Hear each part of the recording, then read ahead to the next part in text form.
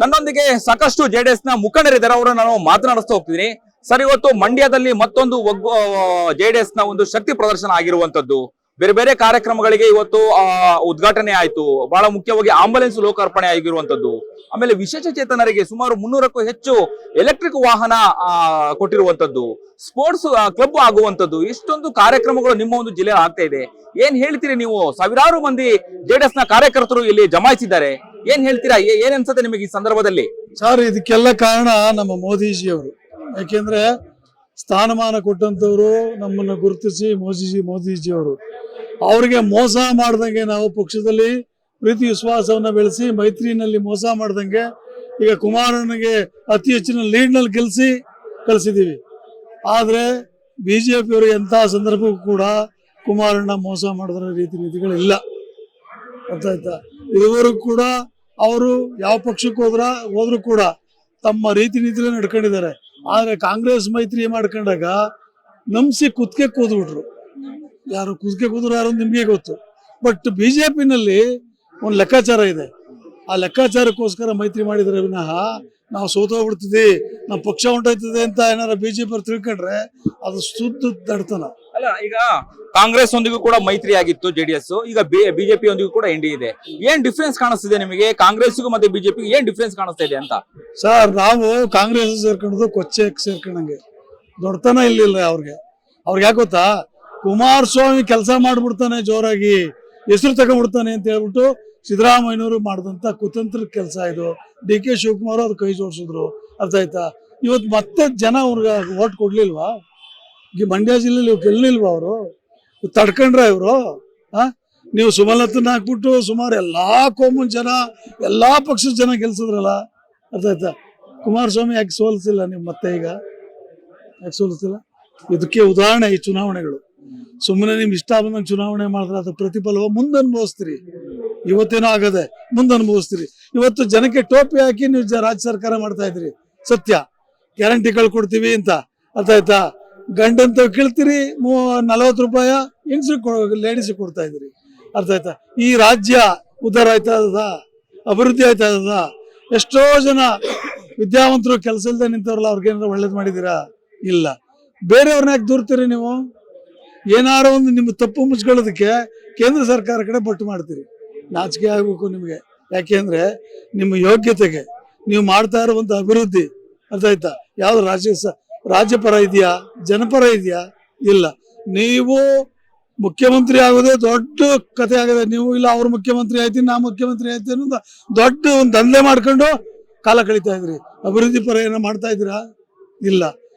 ಡಿ.ಕೆ. ಶಿವಕುಮಾರ್ 50 ಜನ ಕಾಪಾಡೋದು, ಅವ್ರಿಗೆ ಹೋಟ್ಲಿಗೆ ಕರ್ಕೊಂಡು ಹೋಗೋದು, ಅವ್ರಿಗೆ ತಿಂಡಿ ಕೊಡಿಸೋದು. ಆಯ್ತಾ? ಸಿದ್ದರಾಮಯ್ಯ, ಜಾರಕಿಹೊಳಿ ಇವರೆಲ್ಲ ಒಂದು ಟೀಮ್ ಮಾಡ್ಕೊಂಡು ಅವ್ರೊಂದು ಟೀಮ್ ಕಾಪಾಡ್ಕೊಳ್ಳೋದು. ಇದಾಯ್ತಾ ಇದೆ ಹೊರತು ನೀವು ರಾಜ್ಯದ ಬಗ್ಗೆ, ಆ ಕ್ಷೇತ್ರದ ಬಗ್ಗೆ, ಶಾಸಕರ ಕ್ಷೇತ್ರದ ಬಗ್ಗೆ ದುಡ್ಡು ಕೊಡ್ತಾ ಇದ್ದೀರಾ, ಅಭಿವೃದ್ಧಿ ಮಾಡ್ತಾ ಇದ್ದೀರಾ. ನಾಚಿಕೆ ಆಗ್ಬೇಕು ನಿಮಗೆ. ಯಾಕೆಂದ್ರೆ ಇವತ್ತು ರೋಡಲ್ಲೆಲ್ಲ ಒಂದೊಂದು ಗುಂಡಿ ಮುಚ್ಚಕ್ಕಾಗಿಲ್ಲ ನಿಮ್ಗೆ. ನೀವೇನ್ರಿ ಬಗ್ಗೆ, ನೀವೇನು ನೈತಿಕತೆ ಏನ್ರಿ? ಕರ್ನಾಟಕ ರಾಜ್ಯದ ಬಗ್ಗೆ ನಾನು ಮಾಡಿದ್ದೀನಿ ಅದಕ್ಕೆ ನಾವ್ ಹೇಳ್ತೀವಿ, ನಾನು ನುಡಿದಂತೆ ನಡೆದಿದ್ದೇನೆ. ನಿಮ್ಮ ಅಪ್ಪನ ಮನೆಯಿಂದ ಕೊಟ್ಟಿದ್ಯಲ್ಲ, ಕುಮಾರಸ್ವಾಮಿ ಅವ್ರ ಅಪ್ಪನ ಮನೆಯಿಂದ ಕೊಡಲ್ಲ. ಆದ್ರೆ ಕೊಡೋ ರೀತಿ ನೀತಿ ಚೆನ್ನಾಗಿಲ್ಲ. ನಿಂಬ ಕೊಡು ಅಂತ ಹೇಳಿದ್ರ ಯಾಕೆ ಕೊಟ್ರಿ? ಇಷ್ಟೊಂದು ಗ್ಯಾರಂಟಿನ ಯಾಕೆ ಒಪ್ಕೊಂಡ್ರಿ? ಎಲ್ಲಿಂದ ತಂದು ಕೊಡ್ತೀರಿ? ಒಂದ್ಸಾರಿ ಗ್ಯಾರಂಟಿ ಕೊಡ್ಬೇಕು ಅಂದ್ರೆ ನೀವು ನಮ್ಮ ತಲೆ ಮೇಲೆ ಮಡಿಗೆ ಕೊಡ್ಬೇಕು. ಒಂದ್ಸಾರಿ ಗ್ಯಾರಂಟಿ ಕೊಡ್ತೀವಿ ಅಂದ್ರೆ ಎಲ್ಲಾ ತಲೆ ಮೇಲೆ ಯಾವ್ದೆಲ್ಲ ಡಿಪಾರ್ಟ್ಮೆಂಟ್ ಅಲ್ಲಿ ಹೋಗಿ ಅದಕ್ಕೆ 5 ರೂಪಾಯಿ ಹೆಚ್ಚಿಸ್ಕೊಂಡ್ಬಂದು 3 ತಿಂಗಳು ಒಂದ್ಸರಿ ಕೊಡ್ತೀರಿ.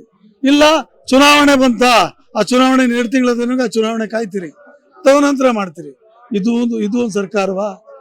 ಇದೊಂದು ಸರ್ಕಾರವೇನ್ರಿ? ಮಾಡಬೇಕು, ತಮ್ಮ ಸ್ವಇಚ್ಛೆಯಿಂದ ಮಾಡಬೇಕು ಉಪಕಾರನ. ಅದಕ್ಕೆ ಸಾಕ್ಷಿ ಜಾತೀಯತೆ ಜನತಾ ದಳ. ಒಂದು ಉದಾಹರಣೆ ಕೊಡ್ತೀನಿ ಕೇಳಿ ಗೌಡ್ರೆ, ನೀವೆಲ್ಲ ಕೇಳಿಸ್ಕೋಬೇಕು. ದುಡ್ಡುಗೋಸ್ಕರನೇ ಹುಟ್ಟಿದ್ರೆ, ಅಧಿಕಾರಿಗೋಸ್ಕರನೇ ನಾನು ಗೆದ್ದಿದ್ದೀನಿ ಇದಾಗಿದ್ರೆ ಇವತ್ತು ಕುಮಾರಸ್ವಾಮಿ ಸರ್ಕಾರ ಕೆಡುತ್ತಿಲ್ಲರಿ. ಕಾಂಗ್ರೆಸ್ ಸರ್ಕಾರದಲ್ಲಿ ಮೈತ್ರಿ ಆದಾಗ ಕುಮಾರಸ್ವಾಮಿ 5 ವರ್ಷ ಮುಖ್ಯಮಂತ್ರಿ ಆಯ್ತಿದ್ರು. ಅವ್ರು ಹೇಳಿದ್ ಯಾಕೆ ಹೇಳಿ? ಒಂದು ಪಾಯಿಂಟ್ ಅನ್ನು ಅರ್ಥ ಮಾಡ್ಕೋಬೇಕು. ಏನು ಅಂದ್ರೆ, ಒಂದು ಮಾತು ಕೊಟ್ಟಿದ್ರು ಅವರು. ಏನ್ ಮಾತು ಕೊಟ್ಟಿದ್ರು? ನನ್ನ ಪಕ್ಷ 120 ಸೀಟ್ ಬಂದ್ರೆ, 113 ಸೀಟ್ ಬಂದ್ರೆ ಆಯ್ತಾ, ರೈತ ಸಾಲ ಮನ್ನಾ ಮಾಡ್ತೀನಿ, ಇನ್ನು ಅನೇಕ ಇದನ್ನ ಗ್ಯಾರಂಟಿ ಕೊಟ್ಟಿದ್ರು. ಆಯ್ತಾ? ಬಟ್ 120 ಸೀಟ್ ಗೆಲ್ಸ್ಕೊಟ್ಟು ನಾವು 35 ಸೀಟ್ ಗೆಲ್ಸ್ಕೊಟ್ಟು ಆಯ್ತಾ.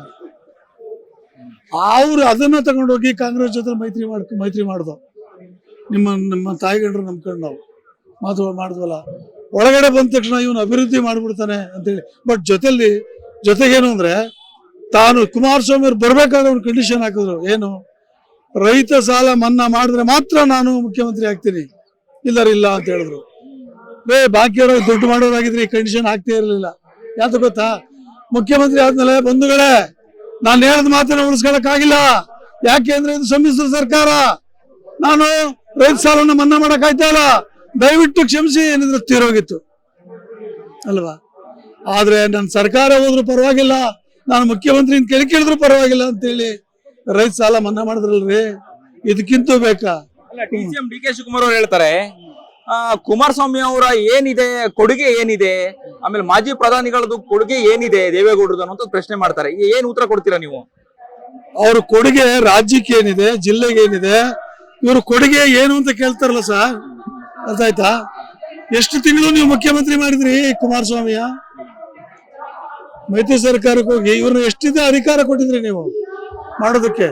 ಮುಖ್ಯಮಂತ್ರಿ ಅಂತ 2 ಸಾರಿ ಹೇಳ್ತೀವಿ ಅಷ್ಟೇ, ಅಧಿಕಾರ ಎಷ್ಟು ದಿನ ಕೊಟ್ಟಿದ್ರಿ? ಅವ್ರು ಎಷ್ಟು ದಿನ ನಿಮ್ದೇ ಆಗಿರೋ ಬಿಟ್ಕೊಂಡಿದ್ರಿ ನೀವು? Number 1 point. 2ನೇ ಪಾಯಿಂಟ್, ಬಿಜೆಪಿ ಸರ್ಕಾರದಲ್ಲಿ ಮುಖ್ಯಮಂತ್ರಿ ಆದ್ರು. ನಿಜವಾಗ್ಲೂ ಕೂಡ ಅವತ್ತು ಯಡಿಯೂರಪ್ಪನವರು ಶಾಂತ ರೀತಿಯಿಂದ ವರ್ತಿಸಿದ್ರು, ಅಭಿವೃದ್ಧಿ ಆಯ್ತು. ಬಟ್ ನಮ್ಮಲ್ಲಿ ಒಂದು ತಪ್ಪು ನಡೀತು ಅವತ್ತು, ಅದು ಹೇಳೋ ಆಗಿಲ್ಲ. ಇನ್ನ ಬೃಹತ್ ಸಮಾವೇಶದಲ್ಲಿ ಸಾವಿರಾರು ಜನ ಕಾರ್ಯಕರ್ತರು ಇದ್ದಾರೆ, ಜೆಡಿಎಸ್ ನ ಮುಖಂಡರಿದ್ದಾರೆ. ಏನ್ ಹೇಳ್ತೀರಾ ಕೊನೆಯದಾಗಿ?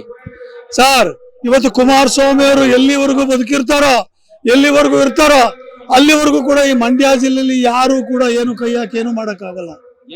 ಅವ್ರಿಗೆ ಆರೋಗ್ಯ ಕೊಡ್ಲಿ ಅಂತ ಹಾರೈಸ್ತೀನಿ ಅಷ್ಟೇ.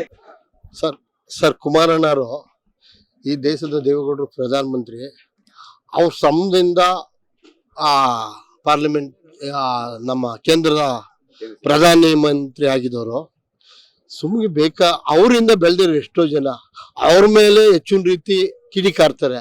ಅದು ತುಂಬಾ ತಪ್ಪು. ಯಾವತ್ತು ಒಂದು ತತ್ತು ಅನ್ನ ಉಣ್ತೀವಿ, ಒಂದೊತ್ತು ನೀರು ಕುಡಿತೀವಿ, ಅವ್ರ ನೆನಪು ಮಾಡಿದ್ರೆ ಯಾವಾಗಲೂ ಸ್ಥಿರಣಿಯಾಗಿರ್ತಾರೆ. ಟೈಮ್ ಬತ್ತು ಅಂದಾಗ ಅವ್ರ ಮೇಲೆ ಆಡೋದು, ಅವ್ರ ಮೇಲೆ ಒಂದು ಉದ್ದೇಶವಾಗಿ ಮಾಡೋದು, ಇವೆಲ್ಲ ತಪ್ಪು. ಒಬ್ಬ ಯಾರೇ ಕಾಂಗ್ರೆಸ್ನಾಗಿರಲಿ ಬಿಜೆಪಿಯಲ್ಲಿ ದಳದಲ್ಲಿರಲಿ, ಆ ಗೆದ್ದಾಗ ಅವ್ರ ಕೆಲಸ ನೋಡ್ಬೇಕು ಹೊರತು ಇನ್ನೊಬ್ಬರನ್ನ ಟೀಕೆ ಟಿಪ್ಪಣಿ ಮಾಡಬಾರ್ದು ಅನ್ನೋದು ಇದು ದೊಡ್ಡ ವಿಚಾರ. ಅದು ಸರ್, ನಾನು ಮದ್ದೂರು ತಾಲೂಕು ಚಾಮನಹಳ್ಳಿ ಗ್ರಾಮ ಪಂಚಾಯತಿ ಅಧ್ಯಕ್ಷ ನಾನು ಹೇಳ್ತಾ ಇರೋದು. ಯಾವುದೇ ಪಕ್ಷ ನಾನು ಯಾರನ್ನೂ ಕೇಳೋ ಮಾತಾಡ್ತಾ ಇಲ್ಲ.